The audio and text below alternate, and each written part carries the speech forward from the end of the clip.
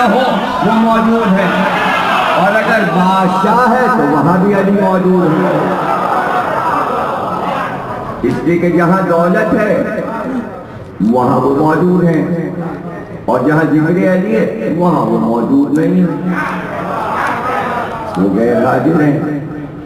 ये है कि इतना सा मसला मुख्तसर इशाअतन समझाते हुए आगे बढ़ रहे हैं, ताकि ज्यादा दिमागों पर, ज़हनों पर बोझ न बने, भार न हो। मुतालबा अपनी तरफ से बीवी ने नहीं किया, बल्कि हुक्म खुदा और हुक्म रसूल के मुताबिक किया। क्योंकि कुरान कह रहा था कि जिसकी मीरास होती है अगर कोई गश कर ले तो वो मुतालबा कर सकता है। शहजादी ने ऐन कुरान मुतालबा किया और वसीयत रसूल के मुताबिक कि बाबा ने ये वसीयतनामा लिखकर मुझे कागज दिया है, इस पे लिखा है कि पदक मैंने जहरा के नाम कर दिया, मुंतकिल कर दिया। तो वो कागज भी आपके पास मौजूद है रसूल अल्लाह का। अब जाहिर है कि इल्म गैब जानने वाला नबी जब कागज लिख रहा था तो उसे पता था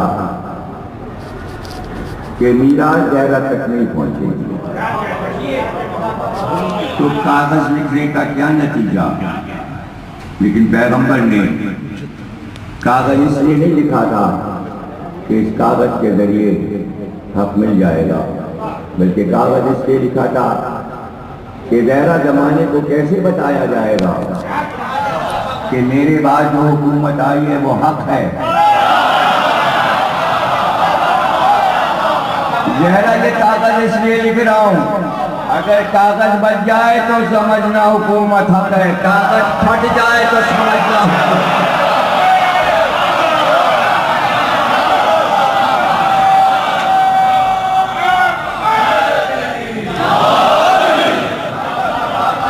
रसूल की तहरीर को अगर चाक कर दिया जाए तो यही है फैसला।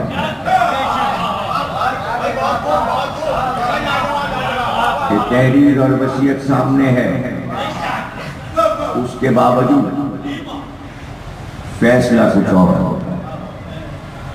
शहजादी ने तय किया कि हम अपने दलाइल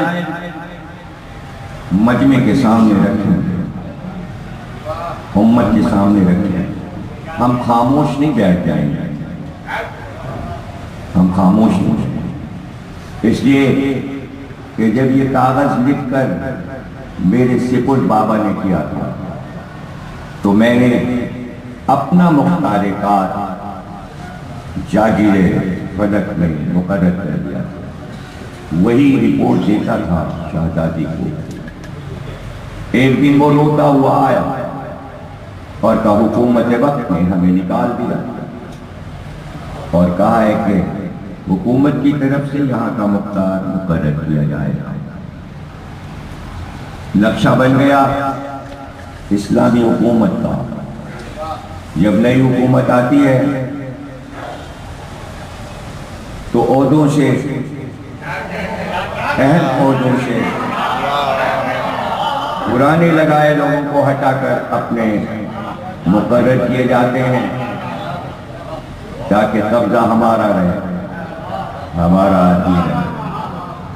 वरना अगर वही मुख्तार रहता तो क्या था, उसी को तनख्वाह देते और कहते अब मालगुजारी हमको दे, रिपोर्ट हमें दे। लेकिन हटाना ये बताता कि यकसर हम अपना आदमी रखेंगे अपनी मर्जी का। जब मुख्तार ने रिपोर्ट पेश की शहजादी के सामने तो आपने जनाब फिजा से फरमाया कि चादर ओढ़ कर जाओ और उस वक्त जाना मस्जिद में जब सब बैठ रहे हैं और जाकर कुरान की रोशनी में मीरास की आयतें पढ़कर मीरास के बहस करना और पूछती जाना कि मरने वाले के वारिसों को कितना क्या क्या मिलता है। जब वो ना बता पाए तो आयतें पढ़कर बताना बेटे को कितना मिलेगा, बेटी को कितना मिलेगा, दीगर रिश्तेदारों को कितना मिलेगा। जनाब फिजा गई और जाकर आपने, चूंकि कुरान तो हिफ्ज़ ही फिजा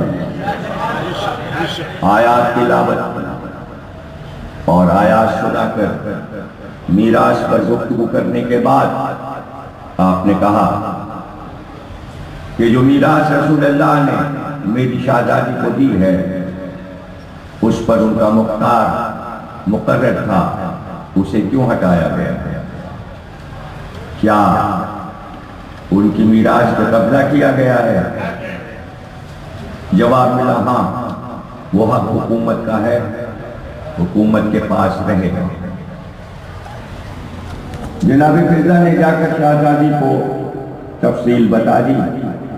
जब पूरी तफसील बता चुकी तो शाहजादी ने अपना मखना और बुर्का और चादर उठाई और तशरीफ फरमा पहले पैरों में मोजे पहन और मोजे पहनती जाती थी और ये कहती जाती थी अब तू जाने, अब तू जाने।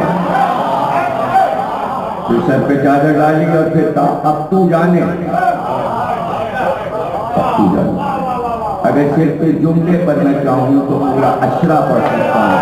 अब तू जाने, मैं आ रही हूँ दरबार में तुझे कयामत तक के लिए रुस्वा करने के लिए। मैं जिम्मेदार, तू है जिम्मेदार, अपनी रुस्वाई का जिम्मेदार।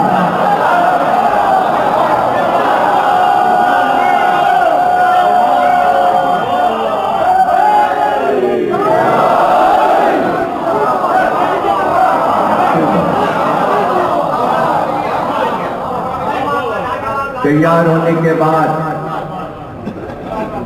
कनीजों ने पूरे महल्ले बनी हाशिम में पुकार की कि शाहजादी अपने मकान से बाहर तशरीफ लाएं। ये सुनते ही एक इश्तिहाम घर के बाहर ख्वातीन बुर्कापोश जमा हो गई। लेकिन जिस दिन से रसूलुल्लाह से गारे थे, बीबी का सहन ख्वातीन से भरा रहता था। घर उस वक्त भी खाली नहीं था। अंसार की औरतें हर वक्त खिदमत में मौजूद रहती थी। बनी हाशिम की ख्वातीन हर वक्त मौजूद रहती।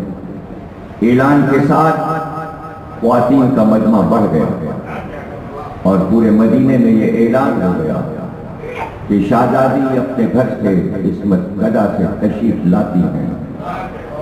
तमाम कनीजों ने, रिश्तेदार ख्वातीन ने बड़ी बड़ी चादरें हाथों में ली। चादरों के कोने थामे और पर्दे बनाए गए। सड़क के दोनों तरफ कनातें लगाई गई और चारों तरफ से पर्दा करती हुई ख्वातीन शाहजादी का इस्तकबाल बाहर के दरवाजे पर करती है। तारीख बहुत साफ लिखती है कि ज़हरा बीबी का दरवाजा जो मस्जिद में खुलता था, बिल्कुल उसके सामने मिंबर रखा हुआ था। दरवाजा मिंबर के सामने था। अगर चाहती तो मस्जिद का दरवाजा खोलकर मस्जिद के सहन मरा मिंबर के सामने खड़ी हो जाती। लेकिन घर के सदर दरवाजे से जो दरवाजा सड़क की तरफ खुलता था, शाहराह पे खुलता था, उधर से बरामद हुआ और पूरे मदीने के बाजार को तय करके मस्जिद नबवी के सदर दरवाजे से दाखिल हुए ताकि पूरे रास्ते में पता चल जाए कि नबी की बेटी कहाँ जा रही है। या खाल के लिए जिसे जानना हो वो मस्जिद में आए। कनीजें पहले पहुंची मस्जिद में, मजमा तो था ही, लेकिन कनीजों ने मिंबर और मजमे के दरमियान एक कनात खींच दी। कनात लगाने के बाद उस तरफ तमाम औरतें कनात के पीछे आ गईं और मस्जिद का सहन हार गया। इस तरफ ख्वातीन थी सदर दरवाजे से कनात तक, और उस तरफ उम्मत के कुछ चुनिंदा लोग मिंबर नशीन के इर्द गिर्द थे। और शहजादी ने दाखिले के बाद कुर्सी पे तशरीफ फरमा होकर एक सर्द आंख खींची, उसके साथ रोने का गुल उठा। बहुत गिरिया हुआ, गिरिया थमा, और फिर आपने हमदे इलाही के बाद खुतबा शुरू किया, जो खुतबा कल मैं सुना चुका। खुतबा तमाम हुआ और फिर आपने मुसलसल कुरानी आयात से इस्तिदलाल कायम किया।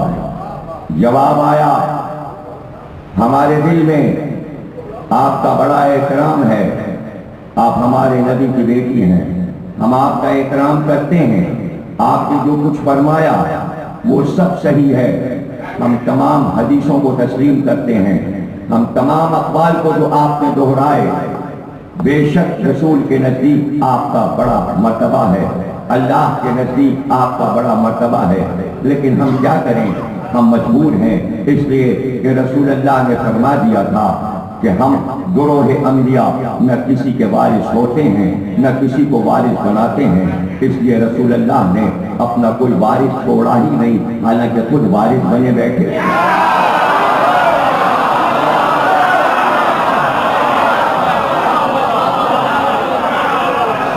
शहजादी ने हदीस को सुनते ही इस्तिदलाल कायम किए और तारीख के औराक पर एक फिक्र करने वाली कौम को छोड़ दिया कि जो कयामत तक इस कौल को पढ़ती गए और सुनती गए और खुद ही दलील कायम कर लिए। शहजादी ने फरमाया, और इससे कभी दलील नहीं हो सकती थी, आपने फरमाया कि मीरात का मसला वारिस से मुताल्लिक होता है। पैगंबर ने यह हदीस मुझसे क्यों नहीं बताई? तुम गैर मुताल्लिक हो, तुम्हें क्यों बता दी? तुम तो वारिस नहीं हो, मुझे बताना चाहिए था कि जहरा मैं न वारिस होता हूँ न वारिस बनाता हूँ, तुम मेरी वारिस नहीं हो और कभी मुतालबा न करना विरासत का। तुमको बता गए ये हदीस, और ये तो बताओ, अगर ये हदीस तुम सुना रहे हो, इस हदीस का कोई गवाह है?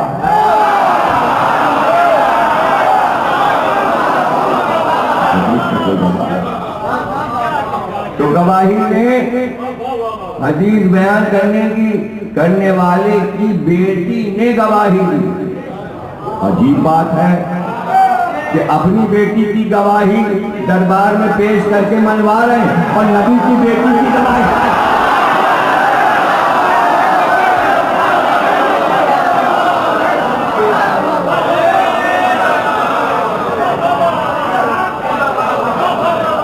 तारीख ने लिखा कि बादे विसाल नबी पहली झूठी हदीस जो गढ़ी गई, और इस हदीस के लिए मैं कहता हूं कि पैगंबर ने जितनी हदीसें बयान की, हर हदीस का एक नाम है, हर हदीस का एक नाम है। चादर ने लिया, हदीस बयान की, दुनिया जानती है उसका नाम है हदीस किसा। बुना हुआ तीतर आया, दुआ की परवरदिगार जो तेरा महबूब है उसको भेज। अली आ गए, साथ में नोश फरमाया, इस हदीस का नाम है हदीस तैर। परिंदे वाली हदीस कल अलमबाग को देंगे। इस हदीस का नाम है हदीस रायत, अलम वाली हदीस। पैगंबर की कोई हदीस ऐसी नहीं है जिसका नाम ना हो, यानी हर हदीस का नाम मौजूद है। ये कौन सी हदीस है? तो अब इसका नाम क्या होता? तारीख ने इस हदीस का नाम रखा लावारिस हदीस।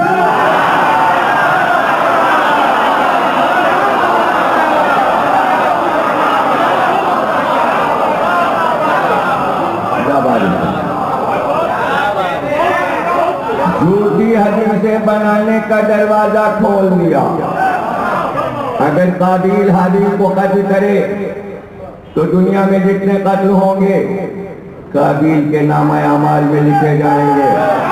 एक झूठी हदीस का जो बानी है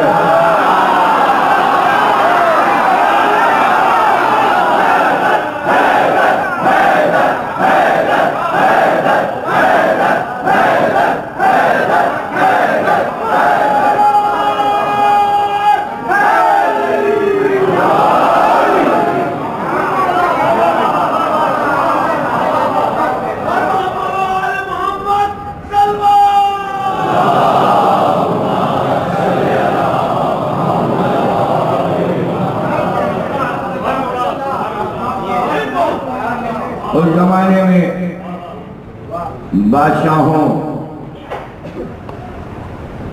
का अदल पुकारा जाता था।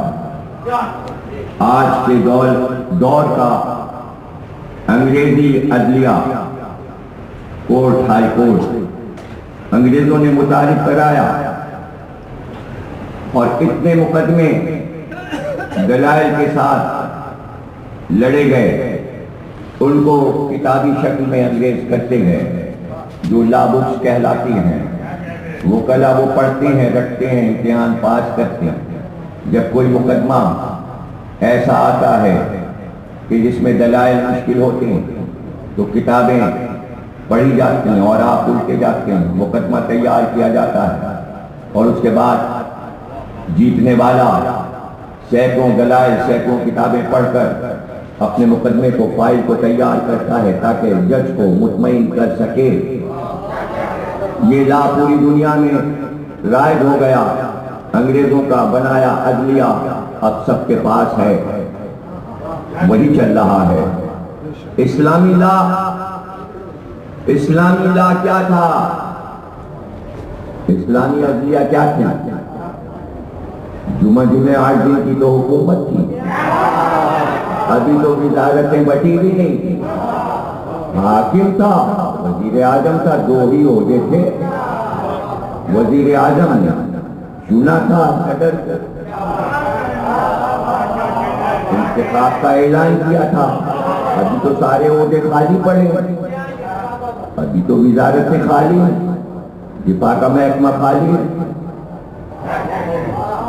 फूड मिनिस्ट्री खाली, खारजा खाली, दाखिला खाली, सब खाली। खारजा नहीं तो सब खाली, दाखिला नहीं तो दाखिला ही नहीं। तो अदलिया कहाँ से हो? कोई लिखेगा, बताएगा कि मदीने में कहाँ कोर्ट कायम हुई थी। एहसान है इस्लाम पर कि पहली अदलिया कहरा है कायम करवाई और कानून दिया इस्लाम को कि अगर किसी का हक ले लिया जाए तो इस तरह मुकदमा लड़ा जाता है, मारपीट नहीं की जाती। आप दलाइल दो, तुम अपने दलाइल दो, हम अपने दलाइल दो। लेकिन जहरा बीबी ने बता दिया कि आने वाली कौमें अपना मुकदमा जब अदलिया में पेश करें तो दोनों तरफ से वकील होंगे। इधर से भी वकील होगा, उधर से भी वकील होगा, लेकिन जज न्यूट्रल होना चाहिए। अगर किसी पार्टी का होगा तो वो उसी को जिता देगा, चाहे वो हक भर हो या ना हो। जहरा बीबी ने बताया ये दुनिया का अनोखा मुकदमा है, मैंने जिस पर मुकदमा किया वही जज बना है।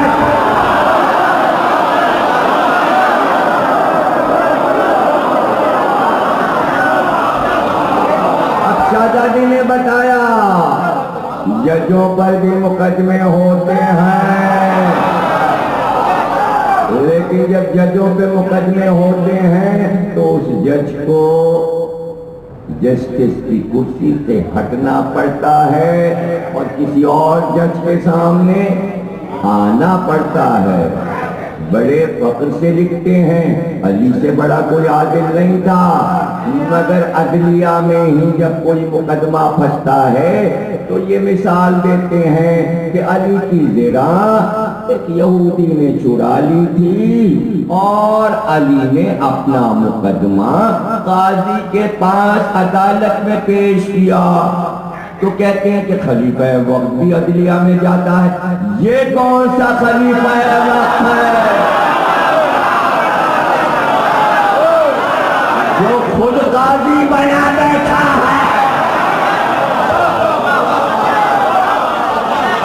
इंसाफ का तकाजा ये था कि कहते नबी की बेटी ने मुकदमा किया है, ऐ उम्मत जिसको तू चाहे काजी मुकर्रर कर ले, मैं अपने दलाइल देता हूँ, ये अपने दलाइल दे और फिर काजी फैसला करे। आज तक मुकदमा इसलिए नामुकम्मल है कि काजी ही नहीं था, जो मुजरिम था वो काजी बना दे।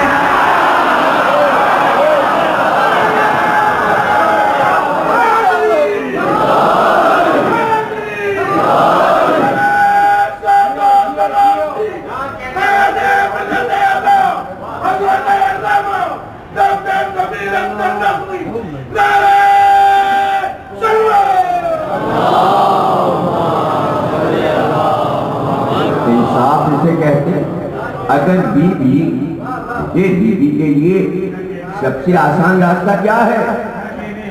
सबसे आसान रास्ता क्या है? वो आसान रास्ता जो आपने आखिर में इशारा किया उसे आप पहले ही इस्तेमाल कर ले, पहले इस्तेमाल कर ले।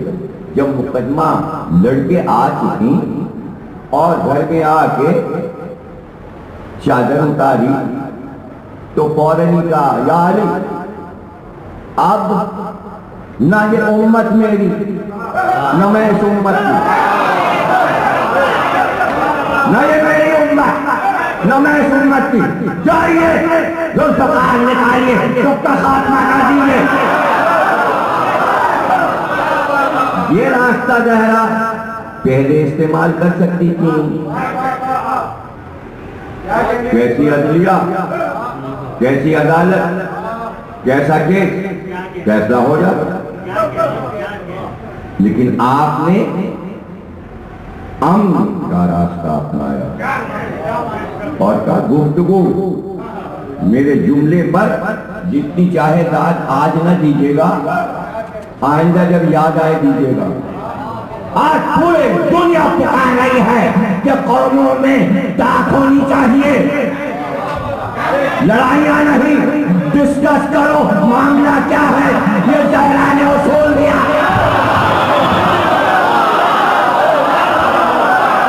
कौमों के दरमियान मुकालमा। अगर आप दुनिया की खबरों से बाखबर हैं और वाकई कंप्यूटर को सही इस्तेमाल करते हैं और किताबें पढ़ते हैं तो कितने बरस से ये मामला चल रहा है, कौमों के दरमियान मुकालमा।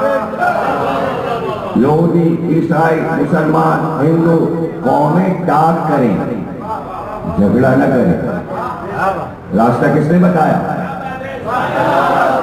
जिसके पास ताकत है। नहीं समझे आप? ताकत क्यों होती है? अशरफ पूरा पढ़ चुका, मुर्तजा भाई बैठे इनके यहाँ, मलिक ने शुजात पे पूरा, हैबत पे अशरफ पढ़ चुका।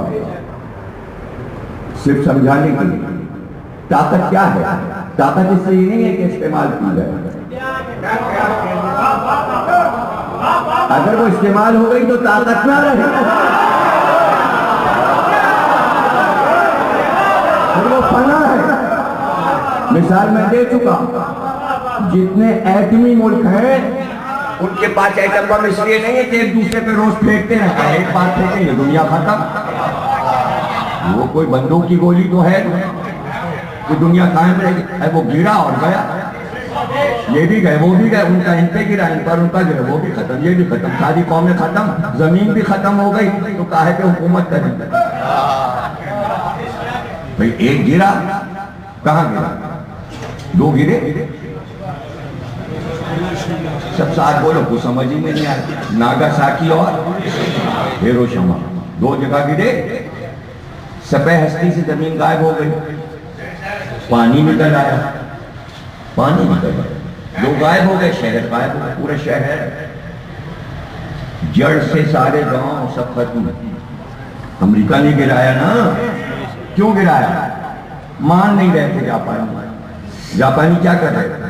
अमेरिकन जहाजों में बम बांध के जहाज की चिमनी में उतरते थे जहाज से, और जहाज फट जाता था। यानी खुदकुश अमेरिका ने सिखाया है दुनिया को, आज खुद ही आदि है, खुदकुशी खुद सिखाई है अमेरिका ने। जापानी जहाजों में कूदते थे एक दूसरे से, तो उनका भाई कैसे रोका जाए, कैसे रोका जाए? बाबा बात तो सुन लेने दे, बात तो कर लेने दे।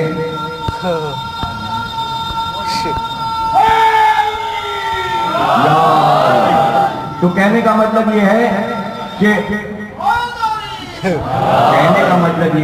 कि जरा सा बात सुन ले, मेरी बात सुन ले। जब संजीदा बात हुआ करे, नारा वहां पे लगाए जब मौला अली की फजीलत आए।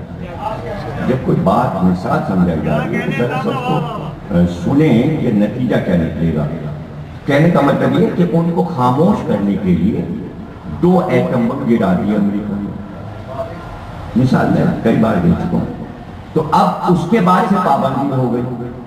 अब रखें तो गिरा नहीं सकते, सिर्फ रखने से डर रहे हैं, डरा है। हमारे पास ये है तो ताकत इस्तेमाल के लिए नहीं होती, डराने के लिए होती है।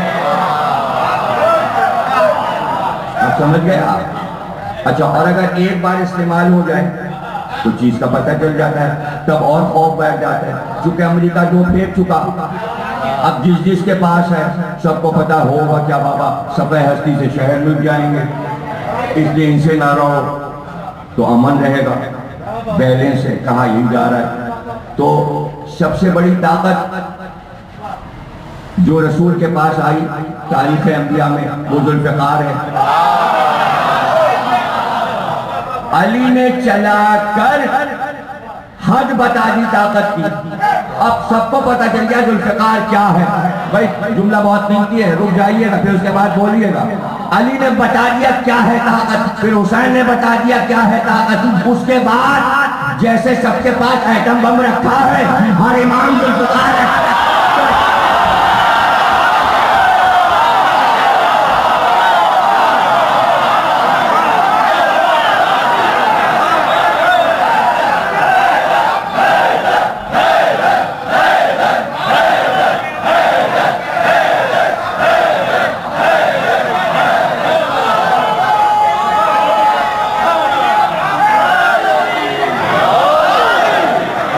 इससे ज्यादा नारे लगाएंगे जो अगला जुमला अभी आया है, कहने जा रहा हूं। इससे बड़ा जुमला कह रहा हूं।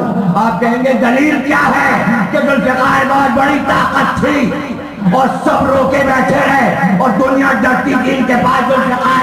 दलील दीजिए। अरे दलील ये वादे करवाना किसी इमाम से, किसी बादशाह ने बयान नहीं माना।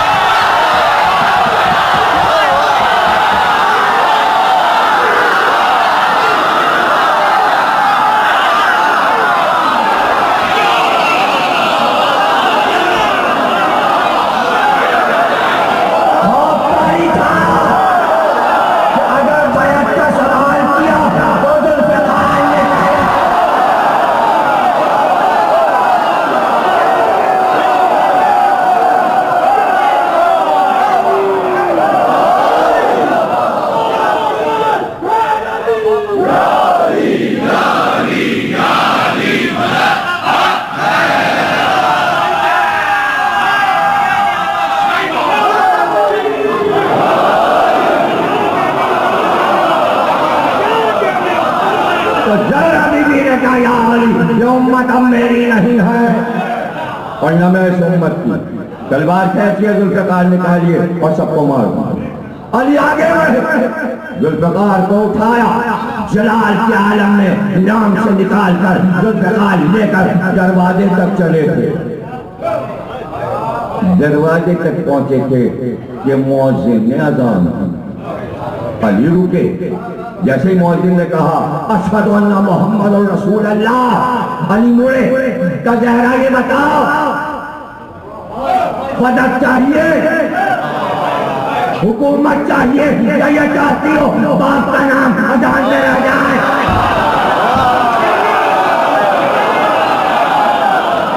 जुमला सुन लो, ज़हरा ने हुकूमत, खिलाफत, मदद सत्य किया है तो आज अजान में।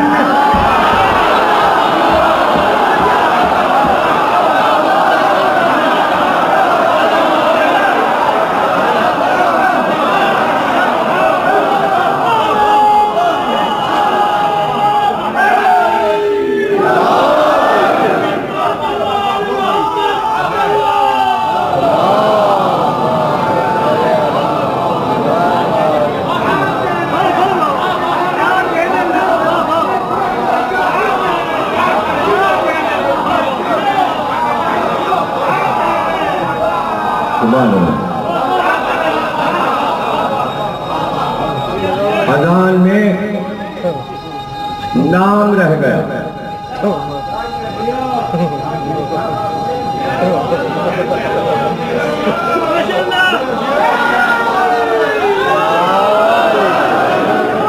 नाम रह गया। अबुल हसन वापस आ जाइए, मैं बाबा का नाम चाहती हूँ अजान में। फिर जुमला दे दूं, अब अली की खिलाफत, इस्लामी हुकूमत, पहले बैग के लिए, जहरा के लिए इस्लामी हुकूमत यह है कि अजान में मोहम्मद का नाम पुकारो। ये हुकूमत कम नहीं है, समझना मुश्किल है। हुकूमत को लोग हुकूमत ही समझते हैं। यह है,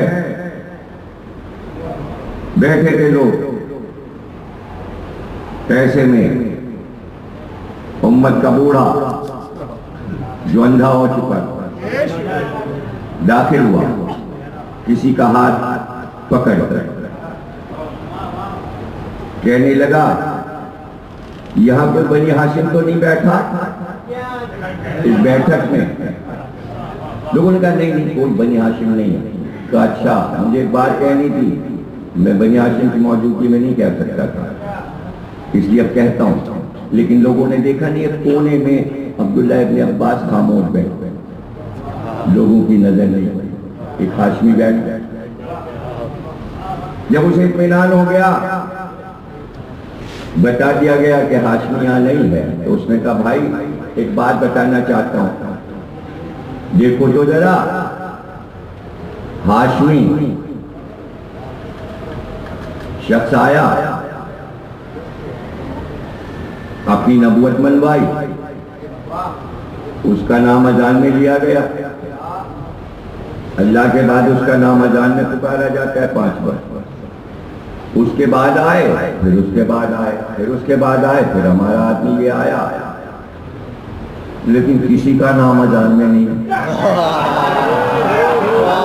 तो भाई जब इनका नाम नहीं है तो हाशमी नाम भी निकाल दिया जाए अजान से, मैं ये कहना चाहता था।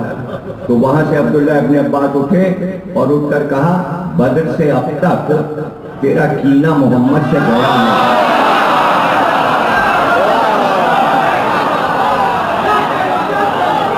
अब तक तेरा कीना हाशमी से गया नहीं। तो कहने लगा उस पे खुदा लानत करे जिससे मैंने पूछा था यहाँ हाशमी तो नहीं। उसे पता था अगर हाशमी होगा तो जवाब आएगा। तो क्या पता चला? पता ये चला हुकूमतें लेने के बाद ये हसरत रह गई कि अल्लाह की पुकार के साथ हमारा भी नाम अल्लाह अकबर में लिया जाए। यही तो जीत है अली वालों की। कि मोहम्मद का नाम पुकारा जाए।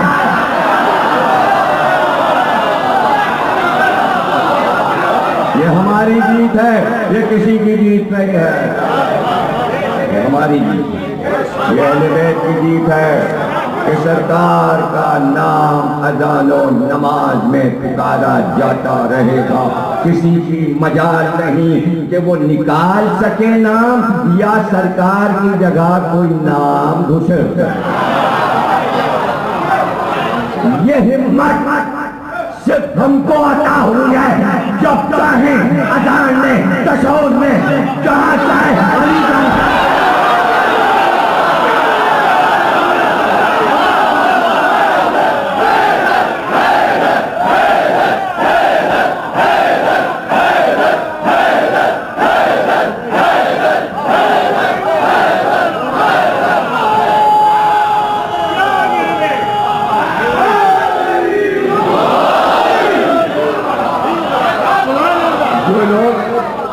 शिया एतराज करते हैं वो इस पहलू से सोचें, बाबा ये हमारी जीत है, हमारी मर्जी है, हम चाहें तो तशहूद में ना लेना, लेकिन हम ऐलान तो करेंगे, हम ऐसा कर सकते हैं। उम्मत ऐसा नहीं कर सकते।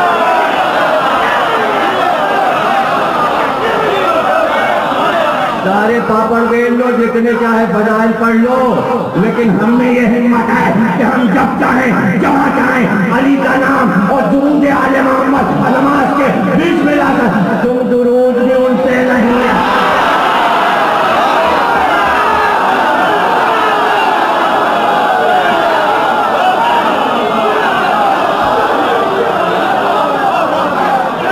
अलग से पढ़ लो, अलग से पढ़ लो, जुमे में पढ़ लो, जुमे में पढ़ लो, नमाज अपनी जुमे में पढ़ लो।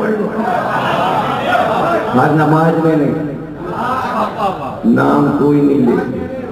अरे भाई नाम भी तो कुछ ऐसे होते हैं, शायर लोग जानते हैं, क्योंकि शायरों को पता है कि शायरी में हजारों लफ्ज जबान पे दिन भर रहते हैं, हर लफ्ज थोड़ी शेर में आता है।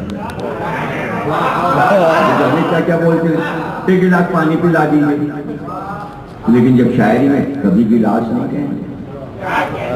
अरे लोटे में पानी भर के लाइए वजू करेंगे, शायरी में लोटा नहीं आएगा।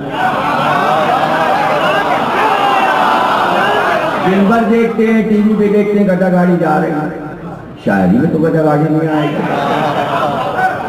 तो लफ्ज तो बहुत से हैं ना जो हम दिन भर बोलते हैं, क्या कुछ नहीं बोलते। टेलीविजन है, टेलीफोन है, फ्रिज है, कार है, मोटर है, चौथे सारी सी इजाजत दिन भर बोलते हैं, शेर में तो नहीं लाएंगे। शेर में यही इजाजत है, घोड़ा आएगा, तलवार आएगी,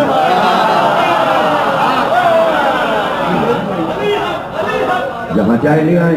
तो उसी तरह तो आप ये कह सकते क्यों नहीं लाते, जावेद मिर्जा लोटे का काफिया क्यों नहीं लाते? भाई हंसेंगे सब, नहीं समझे? लाने को क्या उनके इख्तियार में, शायरी का कुदरत है, कुदरत वाला जो चाहे ले आए, शहर में ले आए, जिले रजा ले आए। लोटा का जितना अधिक काफिया है सब तोता पोटा सब ले आएंगे, लेकिन सब हंसेंगे ना। तो ऐसे ही तो है ना, अजान में अली के अलावा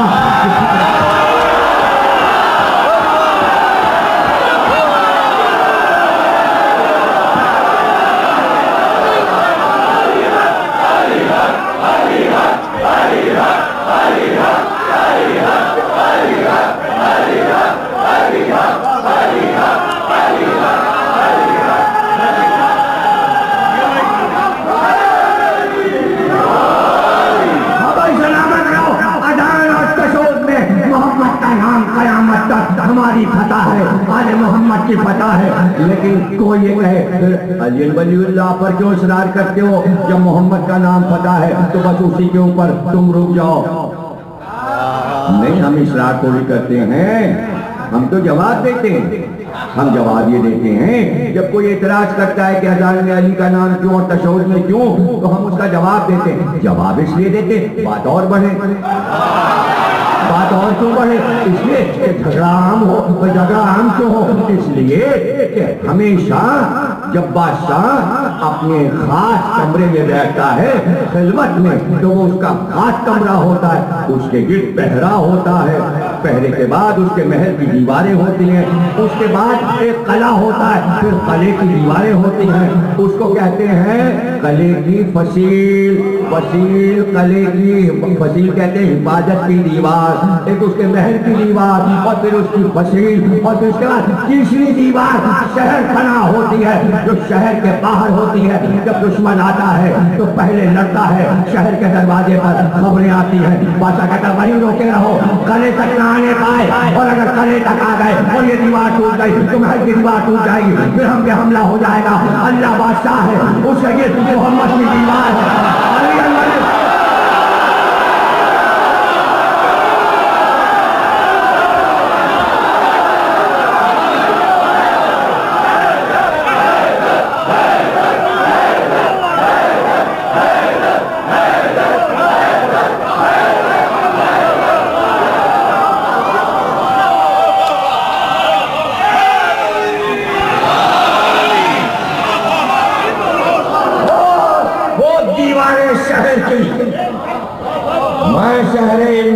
अली उसका दरवाजा है, लड़ाई दरवाजे पे हो रही है, इसलिए हमें अली वलीउल्लाह भेज रहा है ताकि तुम मोहम्मद का नाम न निकाल।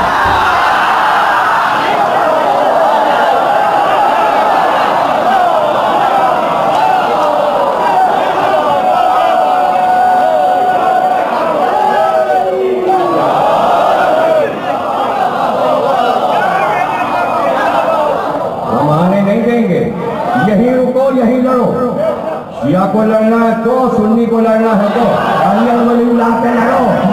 अगर तुमने हमें शिकस्त दे दी तब तुम मोहम्मद रसूलुल्लाह कहलाना। इसलिए हम बार बार अली वलीउल्लाह कहते इसी पे लड़ो, दरवाजे पे लड़ो, शहर के अंदर नहीं आने देंगे। जाहिलों का क्या काम है शहर में?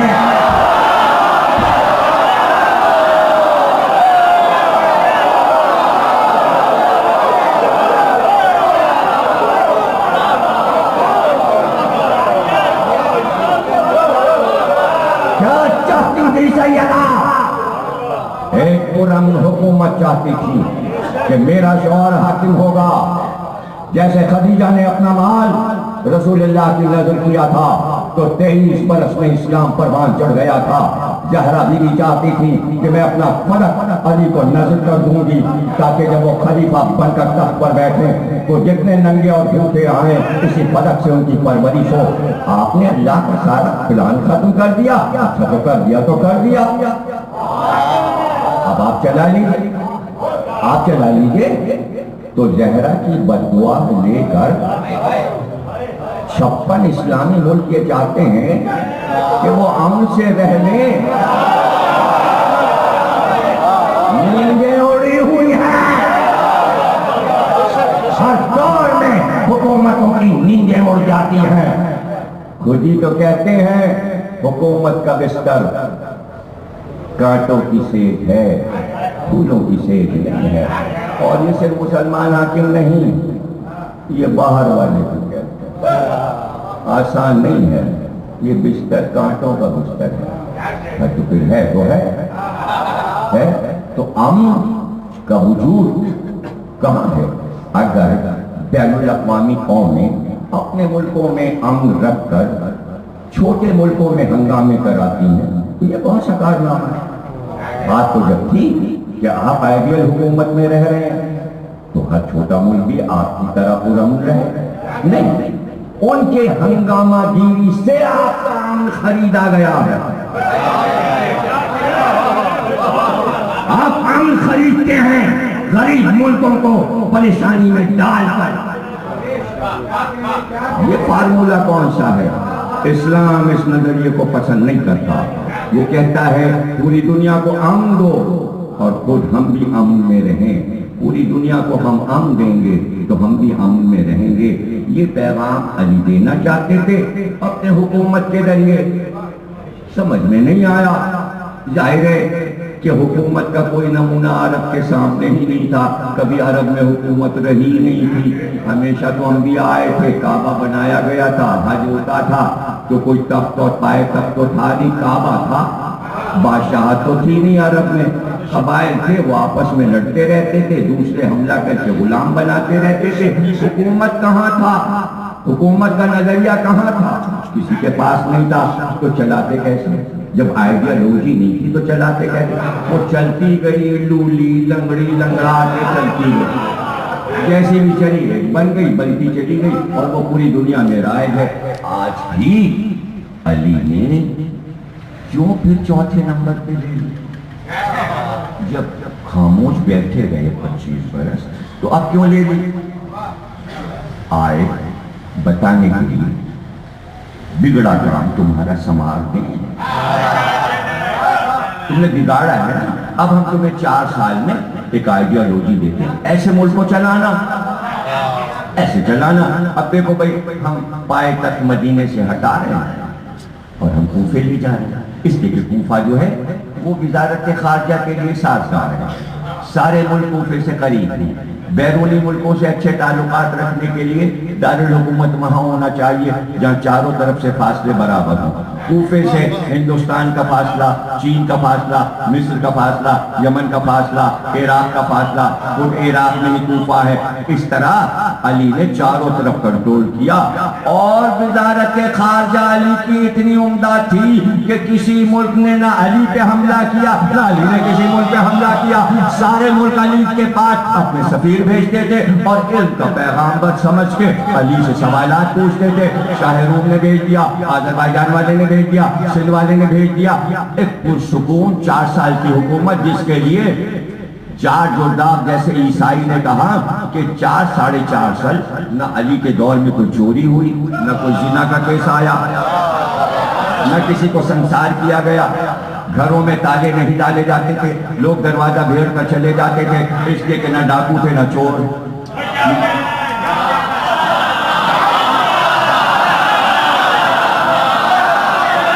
अली ने बताया अमन हुकूमत कैसे होती है, और उसके बाद समझाया। सिंध वाले आए, कहा हम तिजारत का माल लाए।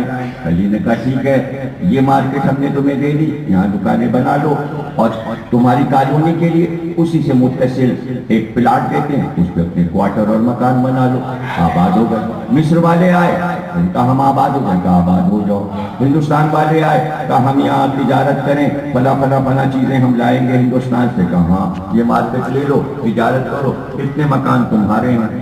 कबीलों के अलग अलग महल्ले बना दिए, उसका एक दरवाजा बना दिया, जिस कबीले का कॉलोनी थी बाबे किंदा, उसका नाम रख दिया बाबे किंदा वाले, वो दरवाजा जिधर बाबे किंदा वाले आबाद हैं। इस तरफ के बनी किलाब आबाद है, इधर ये सबको कॉलोनियां बना के कूफे को दारुल हुकूमत, एक बहुत बड़ा शहर अली ने, और सड़कें अली ने खुद बनाई, सड़कें बना के, पक्की सड़कें बनाकर गैर मुल्कों तक वो सड़कें जाती थी। पहली बार अली ने तसव्वुर दिया कि मुल्कों को सड़कों के जरिए कैसे जोड़ा जाता है, और उससे पहले ये नहीं पता था कितना सफर तय कर लिया। तो अली ने पहाड़ पत्थर काटे और काट कर अपने कांधे पर रखते और कदम गिनते हुए चलते, और गिनकर कहते ये अली का एक मील है, वहां पत्थर लगाते,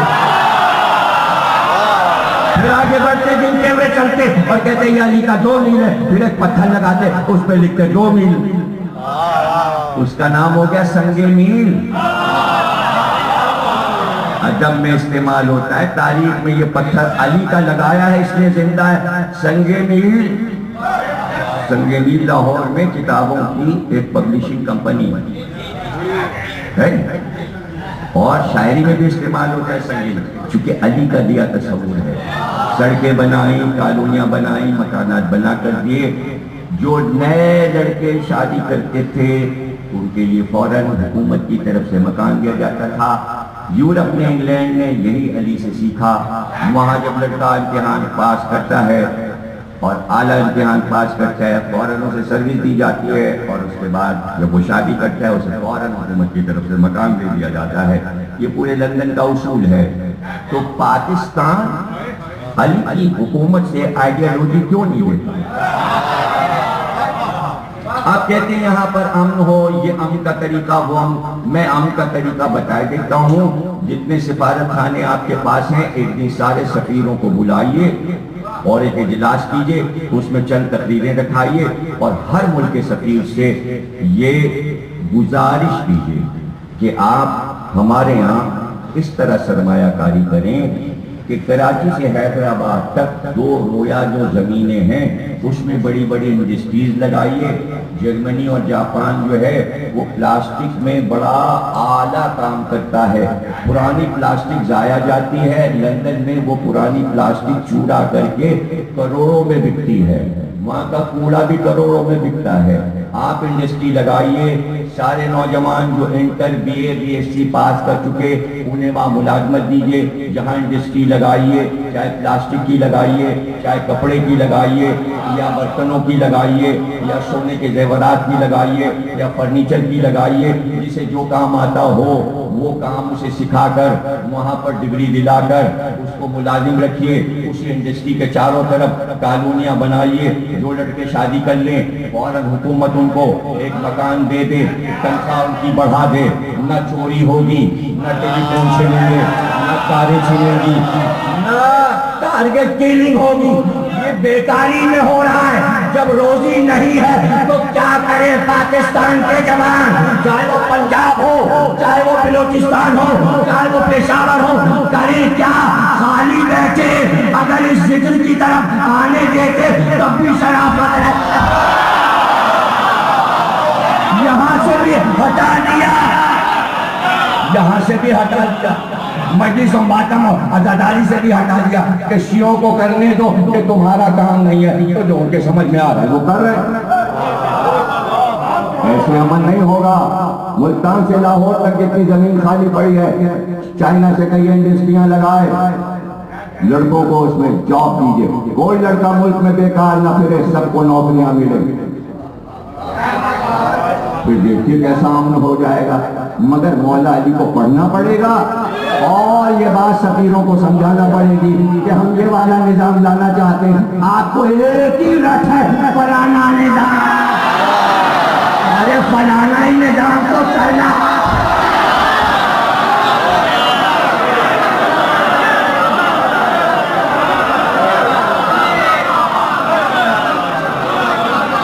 मैंने तो फार्मूला बता दिया, आवाज पहुंचे तो इसी में से कोई आइडिया निकाल के बक बक बक बक टीवी पे बक बक बक बक, क्या बक बक बक बक, क्या आप एक दूसरी सियासी पार्टियों को बुरा भला कह रहे हैं? इसलिए कि आप क्या समझते हैं कि कोई हर सियासी पार्टी में मुत्तकी होते हैं, सज्जा गुजार होते हैं, हर वक्त नमाज शब पढ़ते हैं, क्या उलमाए कराम होते हैं, क्या बड़े मिस्कीन और फकीर और औलिया होते हैं? अरे सियासत में जैसे होते हैं वैसे हैं। तो एक दूसरे को कहना क्या? इसी का नाम तो आपने सियासत रखा है, यही तो यजीद कर रहा था। इसी को तारीख में आप सियासत कहते हैं, इसी को सियासत कहते हैं। तो इसमें बुरा भला क्या कहना? ये कर दिया, वो कर दिया, अरे ये नहीं करना चाहिए, वो नहीं। अरे क्या करना चाहिए? नमाजें पढ़ें, नमाजें सब पढ़ते रहें। जो सियासत में होता है वो हो रहा है, यही सियासत है। इसी को आप सियासत कहते हैं, यही सियासत है। तो अब आप उसको कहिए ये बुरा है, ये गलत है, इसमें कोई गलत है ही नहीं। जो आपकी आइडियोलॉजी उसमें सब पूरे उतर रहे हैं, हर सियासी पार्टी उसमें पूरी उतर रही है। खामख में ये कहना कि उससे तो फिर जिम्मेदारी होती है कि आपको कुछ पैसे मिले, इसके खिलाफ कभी, उसके खिलाफ कभी, इसके खिलाफ कभी, उसके खिलाफ। नहीं भाई, सियासी पार्टियों को बराबर रखिए, सब यकसा हैं। और फिर सारा मसला ये है कि जो हुकूमत पार्टी होती है वो मजे से स्टेट बैंक की दौलत खाती है, उसके वर्कर खाते हैं। अब जो नहीं आते इलेक्शन में बेचारे, वो कहाँ से लाए खाने? तो आपको ये करना चाहिए जब आप हुक्मरान हो तो जितनी सियासी पार्टियां गिन लीजिए, 1 2 3 4 5 6 7 8, अब हम हुक्मरान हैं भाई, ये 5 पार्टियां हैं, जितना हम खाएंगे उतना आप भी, आप भी, आप भी, आप भी, आप भी, सबका बराबर बराबर हिस्सा लगेगा। जितना हमने खाया उतना आप भी दीजिए, जितना हमने खाया उतना आप भी। आप सब खा जाइए तो अब वो सियासी पार्टियां जो हुक्मरान नहीं है वो क्या करें? अरे क्या करें? अपने कपड़े नोचें, अपनी बोटियां नोच के खाएं, पेट तो सबका लगा है। भाई ऐसी नौबत आ जाती है कि लोग मैयतें खाने लगते हैं। धूप में तो ये हो जाता है, अपने साथियों को हलाल करके खा जाते हैं। मछलियां, बड़ी मछलियां छोटी मछलियों को खा जाती हैं जब भूख लगती है, तो ये तो होगा। तो उसके कुछ आपने इजाला भी सोचा? इजाला ये है कि सबको पेट भर के दीजिए, परेशान न कीजिए, अपने ही अवाम को परेशान न कीजिए कि बाद में खुद ही आप उन्हें मुजरिम बना दे। अली ने कभी इंसान को मुजरिम नहीं बनने दिया, मुजरिम नहीं बनने दिया। औरत आई, उसने अली से कहा, ये अली के खिलाफत से पहले का दौर है, तब आई, उसने कहा मुझे पाक कर दीजिए, ज़िना किया। अली ने कहा तो अब तो तू अमानतदार हो गई, अब तू तन्हा तोड़ी, हमें कैसे संसार कर दे? अब जा, जब म्याद पूरी हो, दुनिया में बच्चा आ जाए तब आना, मैं तुझे संसार करूंगा। ये है, समझे समझे समझे। वो आ गई बच्चे को गोद में लेके, या अली अब मुझे संसार कर दिया। मुजरिम खुद आ रहा है अली के पास, पहले ये सोचिए, मुझे पकड़ना नहीं पड़ रहा है, ढूंढना नहीं पड़ रहा है, अब मुझे संसार कर दीजिए। अली ने कहा कैसी बातें करती है, अभी 2.25 साल की दूध पिलाएगा, इसके रिस्क की अमानतदार है। अब वो आई, 2.25 साल के बाद आई, का मुझे पाक कर दी, मुझे पाक कर दी। का अभी इसकी परवरिश की जिम्मेदारी है, ये अपने पैरों से चलने लगे और बाहोश आ जाए फिर आ गए। बच्चा 5 साल का हो गया, उंगली पकड़ के बच्चे को लाई, 5 साल गुजर गए। 5 साल केस तो चलते हैं, लेकिन इस शान के केस कहीं चलते हैं? अली ने कहा कि अब इसका वाली कौन है? उसने कहा फुला को मैंने इसका वाली बना दिया, अपने भाई को, वो इसकी परवरिश करेगा। और मौला ने आसमान की तरफ का परवरदिगार, मैंने तो बहुत चाहा कि मैं तेरी मखलूक को बचा लूं, लेकिन अब अली मजबूर है, इसलिए कि अब सजा देनी होगी। और फिर अली ने सजा दे दी। चोर आया, अली ने हाथ काट दिया, कटा हुआ हाथ लेके चला और अली की शान में शेर पड़ता चला, तो आदिल ने मेरा हाथ काटा, हमारे उसको कातिल किया। बहन लाश पे भाई के आई, मैं तुझे रोने आई हूं कि तेरी लाश पर रो, लेकिन अब नहीं रोऊंगा, इसलिए कि जिसने तुझे कत्ल किया बड़ा सखी था वो, इसलिए अब तुझे नहीं रोऊंगी। दुनिया में ऐसी कोई मिसाल तो हम जाने, फिर उसका निजाम तुम लाओ, उसका नाम चलाओ। नाम उसका चलता है जिसका नाम अल्लाह चलाता है। जहरा नाम रह जाए, आ जाइए अबुल हसन, बाबा का नाम अजान में रह जाए, बाबा का नाम रह जाए। 2 रास्ते थे, लेकिन अदलिया का रास्ता ज़हरा ने इख्तियार किया और दलाल पर दलाल दिए, और उसके बाद जमाने को फिक्र में आपने कयामत तक के लिए सोचने पे मजबूर कर दिया कि जब मेरे बाबा ने कहा था मैं तुम में 2 कदर चीजें छोड़ रहा हूँ, एक कुरान है, दूसरे अहले बैत, तो आवाज आई कुरान काफी है। भाई तवज्जो रखिएगा, कुरान काफी है। बीबी ने अपने बाप के सामने की गुस्ताखी का जवाब दिया कि जब मैंने ये दावा किया कि फलक मेरे बाप का है, तो तुम्हें जवाब कुरान से देना चाहिए था। तुमने कहा कुरान काफी है, तो लाओ कुरान से आए, हदीस लाए, बीबी ने चंद महीने में बता दिया कि तुम्हें तो किताब काफी नहीं है, मेरे बाबा का कौल झूठा सही मगर लाना पड़ा। तो अब पता चला कि कुरान के साथ कौल है, कौल का नाम अहले बैत है। बीबी ने बताया कि कयामत तक कौल जिंदा रहेगा बाबा का, और तुम मजबूर हो। लेकिन अजीब बात यह है, जरा तवज्जो रखिएगा, एक है आयत, एक है कुरान, एक है हदीस, लेकिन जब कहा उम्मत ने हम किताब के वारिस हैं, हम किताब के वाले थे, किताब काफी है, तो उम्मत का नाम होना चाहिए था अहले किताब।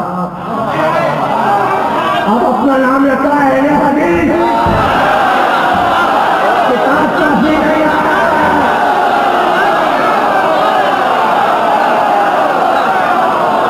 अहले किताब ईसाई हो गए, ये अहले हदीस रह गए।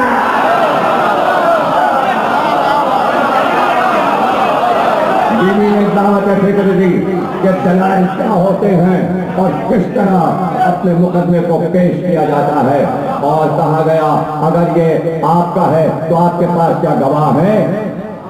बीवी ने कहा गवाह है, गवाह है। हमारे गवाह बाहर से नहीं आते।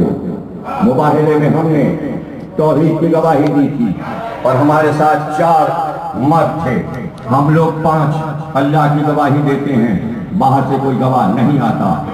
अब उसमें से जितने बचे हैं वो मेरे गवाह हैं। मुबाहिले के 3 गवाह मेरे साथ हैं, एक मैं खुद हूँ। रसूल की ये तहरीर 5वां गवाह। अली मेरे गवाह पहलू में खड़े हैं। हसन और हुसैन मेरे गवाह।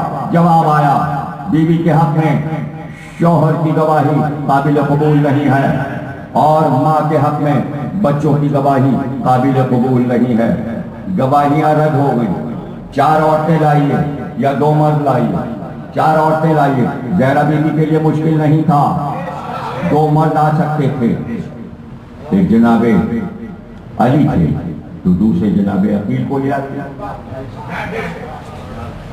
वो भी हजरत अली के सगे भाई आ सकते, और भी रिश्तेदार था। 4 औरतें ला सकती, 4 औरतें भी घर में थी। अस्मा बिन्ते उमैस को लाती, फिज़ा को लाती, उम्मे अहमद को लाती, उम्मे सलमा को लाती। 4 औरतें हो गई, घर में 4 औरतें मौजूद थी। लेकिन जो गवाही में गए थे मुबाहिले में, जिन्होंने तौहीद की गवाही दी, वही मेरी गवाही देंगे। मैं बाहर से गवाह नहीं बुलाऊंगा, ये है मेरे गवाह। उन्होंने कहा कि शौहर की गवाही बीवी के हक में काबिल कबूल नहीं। देखिए ये अदलिया की नादानियां देखिए आपने। ये नोटबुक बन रही है अदलिया की, और अदलिया की कमजोरियां जाहिर हो रही, इसलिए इस्लामी लाभों की किताब आज तक छपी नहीं। इसमें मिस्टेक है ना, इसमें कैसे छपेगी? अंग्रेजों की छपती, अंग्रेजों की छपती, अंग्रेजों की। उन्होंने कहा भाई वो ऐसा हुआ, 2 जुड़वा भाई पैदा हुए और दोनों दावेदार हो गए सल्तनत के। मुकदमा पेश हुआ, पूरा भाई देखो भाई कहीं पर कोई इसकी मिसाल मिले तो इसको दें सल्तनत, उसको दें। तो कभी समझ में नहीं आ रही। उनका पहले ये पैदा हुआ है और इसके 5 मिनट के बाद ये, तो ये जो छोटा है और जो 5 मिनट पहले पैदा हुआ था वो बड़ा है, तो उसको दे दी जाए। उनका नहीं, अली के फैसलों में, अली के पास मीरास का फैसला आया। सब कह रहे थे ये बड़ा है इसको मीरास मिलेगी, छोटा है इसको बाद में मिलेगी। अली ने कहा जो छोटा है वो बड़ा है। लोगों ने कहा कैसे? एक गिलास मंगा के अली ने 2 अंडे मंगाए, एक अंडा गिलास में डाला, तो दूसरा अंडा डाला, उसके बाद उल्टा। कभी को जो बाद में अंडा डाला वो पहले निकला।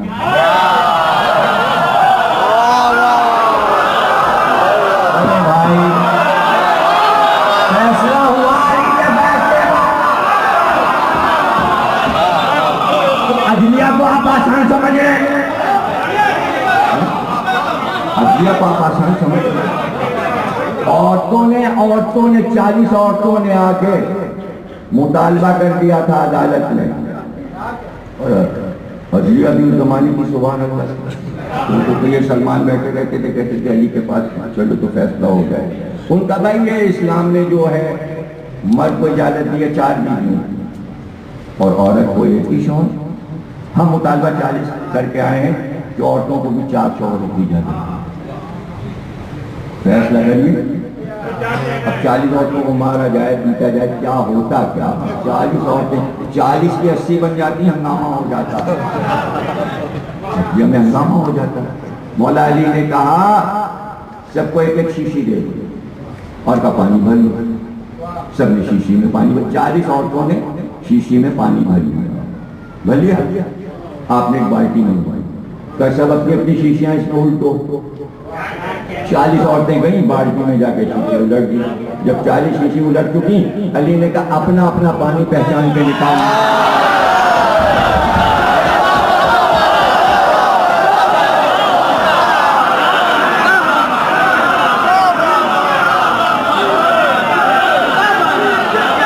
इसलिए औरत को एक की इजाजत है।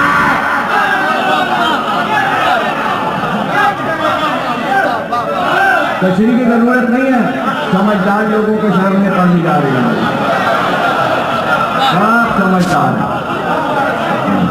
तो अदलिया इस्लामी आसान नहीं है, आसान नहीं है। जहरा बीबी दलाइल को दलाइल दे रही थी, इसलिए कि जहरा बीबी के सामने कुरान था। और फिर आपने आवाज दी कि अच्छा शौहर बीवी के हक में गवाही नहीं दे सकता, लिखवा दिया कयामत तक के लिए, कयामत तक के लिए। जिस जिस शौहर ने अपनी बीवी की गवाही दी है, आज सारी गवाही इस्लामी खत्म हो जाएगी। तो रसूल अल्लाह ने अपनी बीवियों के लिए हजारों हदीसें बयान की हैं। यही तो गवाही है, तो शौहर की गवाही औरत के लिए था। देखिए जहरा बीबी दावत फिक्र दे गई और फिर आवाज दी का बच्चों की गवाही। मरियम से पूछा है यहूदियों ने बच्चा कहाँ से लाए, उन्होंने कहा तुम ना बोलना, बच्चा गवाही, कुरान बच्चे की है।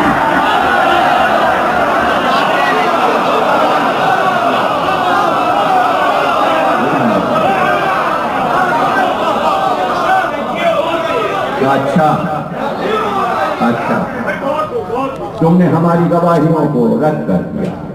और एक बात पीछे खड़ी थी उम्मे ऐमन, और कहा उम्मे ऐमन तुम आगे बढ़कर गुफ्तगू करो, यही का गवाही। अब तुम आगे बढ़ो। आपने देखा अपने मुकदमे का इख्तिताम एक कनीज पर कर दिया। कौन समझेगा इस मुकदमे को? क़यामत तक पढ़ते रहिए, सुनते रहिए और नई नई बातें मालूम होंगी। उम्मे ऐमन को आगे किया। कौन है उम्मे ऐमन? कौन है उम्मे ऐमन? पुख्ताज एक जगह है, वहाँ मेला लगता है, वहाँ कनीज और गुलाम बिकते थे। बनी हाशिम भी वहाँ जाते थे, वहाँ से कनीज़ें खरीदते थे, वहाँ से गुलाम खरीदते थे। अब्दुल मुत्तलिब गए थे, एक कनीज बिक रही थी, उम्मे ऐमन खरीद लाए और लाकर अपने बेटे अब्दुल्ला के हवाले कर दिया। बेटे ये तुम्हारी खिदमत करेगा। जनाब अब्दुल्ला की खिदमत करती रही उम्मे ऐमन। जब जनाब अब्दुल्ला दुनिया से जाने लगे तो कहा अब मेरा बेटा मोहम्मद वारिस है, तो मेरा जो असासा है उसमें गुलाम और कनीज भी हैं, विरासतन में ऐमन को मोहम्मद के हवाले कर। अगर जिंदा होते तो यही तो कहते, यही तो होते। तो मैंने समझाने के लिए कहा इसलिए कि सरकार तो जब आए तब अब्दुल्ला वफात पा चुके, लेकिन मीरास बाप की मिलेगी ना बाद में, मीरास पे अबू तालिब तो नहीं कब्जा करेंगे ना। तो जो अब्दुल्ला की कनीज है वो मोहम्मद के हिस्से में आएगी। तो अब ये विरासतन यूं आ रही है कि अब्दुल मुत्तलिब की कनीज विरासतन अब्दुल्ला को मिली, अब्दुल्ला की विरासत मोहम्मद को मिली। अब जब मोहम्मद जाएंगे दुनिया से तो वो कनीज विरासतन ज़हरा को मिलेगी। तो अब क्या साबित हुआ कि नबी जो है वो अपने बाप का वारिस हुआ था, दादा का वारिस हुआ था और ज़हरा को वारिस बनाया है। तो मेहमान को आगे किया, इसलिए आगे किया कि इससे तो पूछो कि विरासत में 4 पुश्तों में ये आ रही है। अब बताओ अगर नबी वारिस नहीं होता तो ये कनीज कैसे आई, और अगर वारिस नहीं बनाता तो ये कनीज मुझे।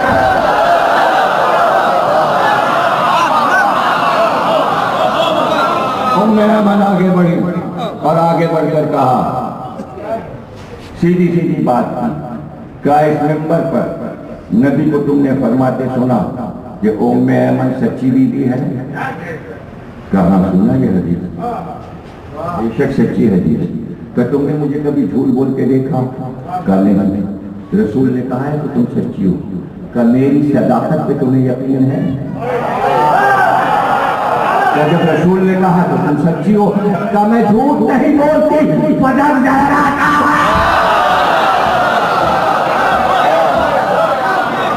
मुकदमे पदक खत्म हो गया, यहाँ पे खत्म हो गया। बस एक सवाल शहजादी ने किया और कहा ये बता, आयात पढ़ते कुरान की विरासत पे और अंबिया की, और दाऊद के वारिस सुलेमान हुए और यहिया जकरिया के वारिस हुए, सारी आयतें पढ़ने के बाद आपने फरमाया ये बता, जब तू मरेगा तो तेरी विरासत किसको मिलेगी? क्या मेरी औलाद को? रखो तू मरे तो तेरी विरासत तेरी औलाद को मिले, मोहम्मद मरे तो उनकी विरासत उनकी बेटी को ना मिले। यहाँ पे तो खत्म हो गई। और रावी कहता है कि मैं हज कर रहा और तवाफ कर रहे थे, मैं देखा एक बीवी बहुत वसी और बलीग लहजे में दुआएं पढ़ रही थी। मैंने उसकी दुआएं सुनी, मैं समझ गया इसका लहजा मदीने का। तो तवाफ के दरमियान कहता हुआ गुजरा, बीबी हम आपसे कुछ पूछना चाहते हैं, जमजम पर हम आपका इंतजार करेंगे, वहां तशरीफ लाइए। रावी कहता है हमसे पहले जब हम जमजम पे पहुंचे तो बुर्का पोश खातून जमजम पे बैठी हुई थी, मुझे देख लिया था, क्या पूछना चाहता है, क्यों मुझे बुलाया? कभी भी आप मदीने की हैं ना? कहा कभी भी पूछ सकता हूं आप मदीने की किस घराने से? घराना कहा, मैं तो ज़हरा बीबी की अदना कनीज फिजा हूं। कहाँ आपके लहजे की फसाहत और बलागत से मैं समझ गया था कि आप खास घराने से, आप कनीज हैं फिजा, हमने नाम आपका सुना है बहुत, आपका इकराम जो हमारे दिल में है। क्या सवाल करना है तुझको? कभी भी सवाल से इतना है कि बहुत हमने सुना है कि पदक का खुतबा ज़हरा बीबी दरबार से निकली, किसी ने मुझे ये नहीं बताया कि जब दरबार से निकली तो फिर कहाँ गई। अब आपसे ज्यादा मुस्तनद रावी हमें कौन मिलेगा जो हमें बताए कि जब दरबार से निकली तो कहाँ गई? क्या घर से ले गए थे? फिर का रोने लगे, हिचकियां बन गई और कहा तूने मेरे जख्म को हरा किया। जब गिरिया रुका, जनाब फिजा का गिरिया रुका, तो काशमा ने पूछा है हाजी है तू? कलमा वो है उनके घर का, मैं बताता हूँ। जब खुतबा दे चुकी तो इतनी ताकत नहीं थी जब खुद खड़ी हो सके। खुतबा जैसे ही खत्म हुआ, तमाम कनीजों ने बीबी को संभाल लिया और हम सब शहजादी को लेकर बाहर निकले तो बीबी ने कहा घर नहीं जाएंगे, बाबा की कब्र पे ले चलो।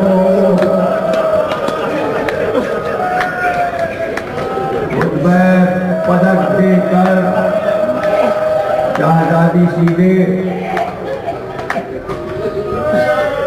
बाबा की कब्र पर। आप लोग इत्मीनान से बैठे रहिएगा, कम से कम 15 मिनट के मसाइल पढ़ने हैं मुझे। लाइट बंद होगी, सिर पे खाक डाली जाएगी, ये हर साल का है, ये पुरसा है।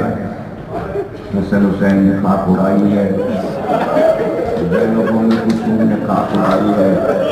ये आपके लिए फक्र है, ये फक्र है पुरसा देने का, इससे अच्छा कोई तरीका नहीं है कि हम सोमवारों की छवि बन जाए ताकि मीडिया में इजाफा हो। आस्ता आस्ता लाइट बंद होती जाएगी और अंधेरे में अलम मौजूदाती बरामद होगा। ये बीबी का आलम जिसने इसके साए में खड़े होकर जो मांगा, बीबी उसकी दुआ को रद्द नहीं करती, वो दुआ रद्द नहीं होती। फिर बीबी बयान कर रही हैं, कहती एक बार जब हम कब्र नबी पर लेकर चाचा जी को पहुंचे तो आपने अपने आप को कब्र नबी से गिरा।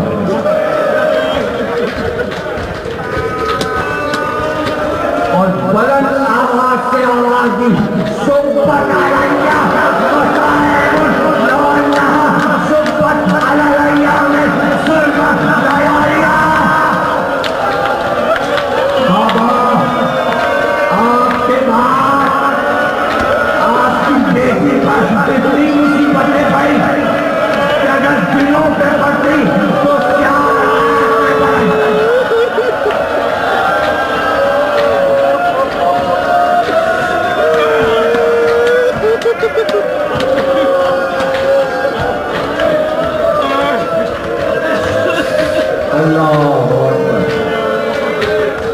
बस कहते हैं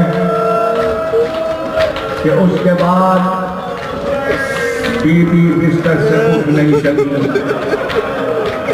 रावी कहता है सर पे 10 रंग की पट्टी बंधी रहती, मुसलसल दर्द सर रहता, लेकिन रावी कहता है जो घर की कोई करीब है, कहती है जब बीबी उठती थी तो बस हम ये देखते थे कि फौरन एक हाथ पहलू पे रख किया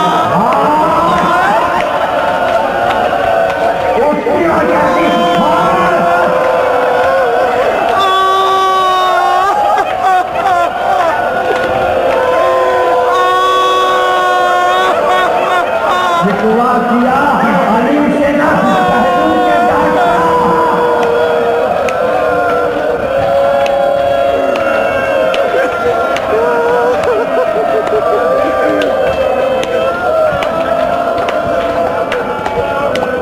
अबुल हसन बैठ जाइए, आपसे कुछ बातें करनी है। सैयदा इतने काम एक साथ करते तुम्हें नहीं देखा कि बच्चों के कपड़े भी धो के फैलाए, ये मिट्टी भी भिगोई है, आज तुमने खाना भी पकाया है, आज तुमने झाड़ू भी दी है, इतने काम एक साथ कहाँ? हाँ यही तो आपसे बात करनी है। सरहाने वाली बैठ गए, आपका मिजाज कैसा है? अबुल हसन रात में सोई थी, बहुत दिनों के बाद बाबा ख्वाब में आए और बाबा ने सिर्फ इतना कहा, मेरी लाज बहरा मुसीबत के दिन खत्म हुए, मैं लेने आया।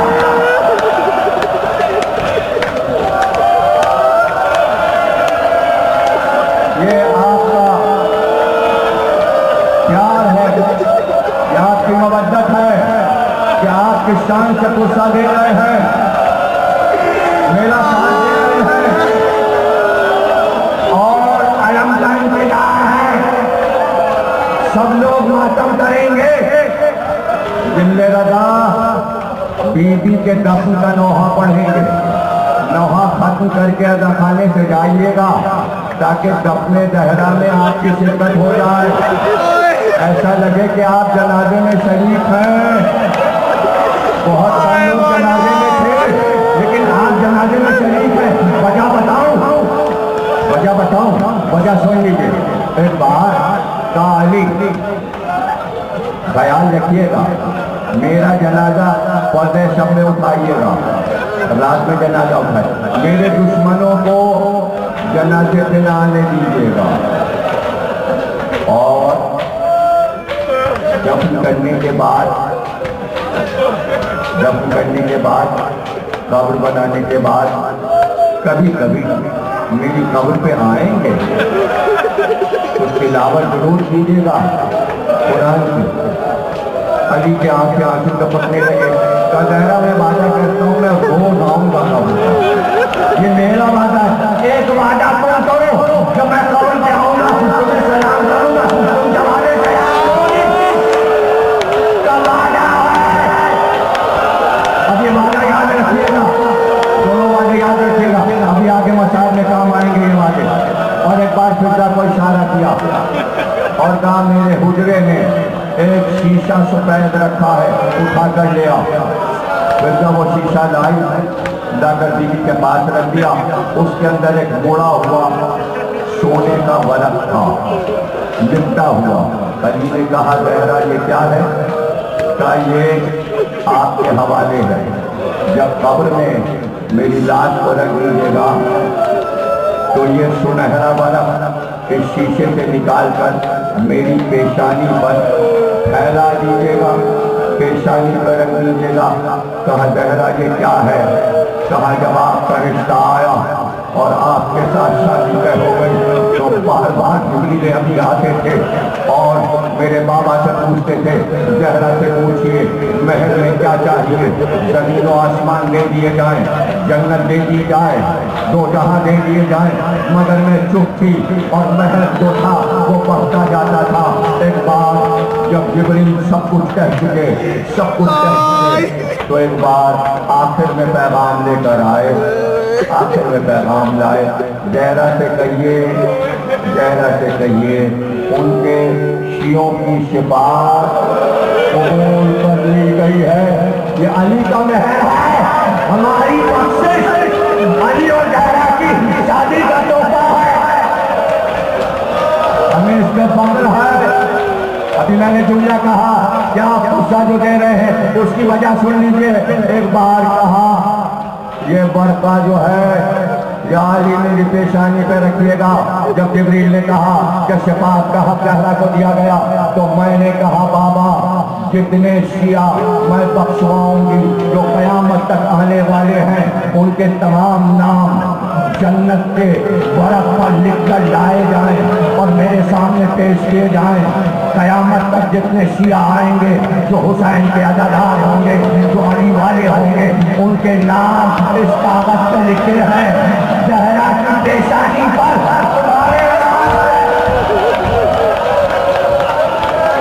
इसलिए यह अदा हो रहा है, इसलिए यह अदा हो रहा है।